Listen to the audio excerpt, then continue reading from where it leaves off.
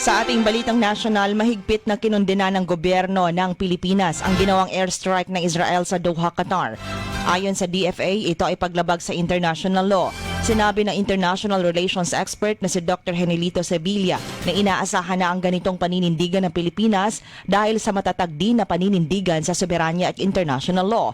Tiniyak naman ng DFA na ligtas ang higit sa 220,000 na mga Pilipino sa Qatar na pinayuhan na maging kalmado. Ang airstrike ay ikinasawi ng isang Qatari security official at 5 miyembro ng Hamas.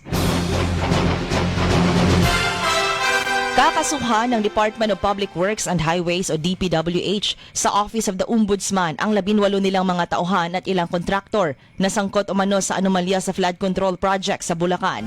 Kabilang sa mga ito ang ilang opisyal ng Bulacan 1st District Engineering Office at mga opisyal ng Wawa Builders, Sims Construction Trading at St. Timothy Construction Corporation.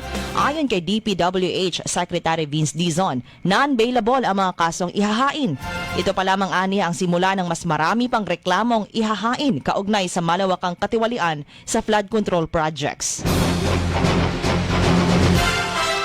Kinwestiyon ni Ako Bicol Party List Representative Zaldico ang motibo ni Baguio City Mayor Benjamin Magalong sa patuloy nitong pagdawit sa kanya sa mga anomalya sa flood control projects. Giit ni Ko, mali at walang basihan ang mga akusasyon ni Magalong. Ipinahayag ito ni Ko matapos sabihin ni Magalong na ang investigasyon sa flood control projects ay dapat simulan sa mambabatas. Giit ni Ko, nagulat siya sa mga paratang ni Magalong na wala naman aniyang maipakitang mga ebidensya.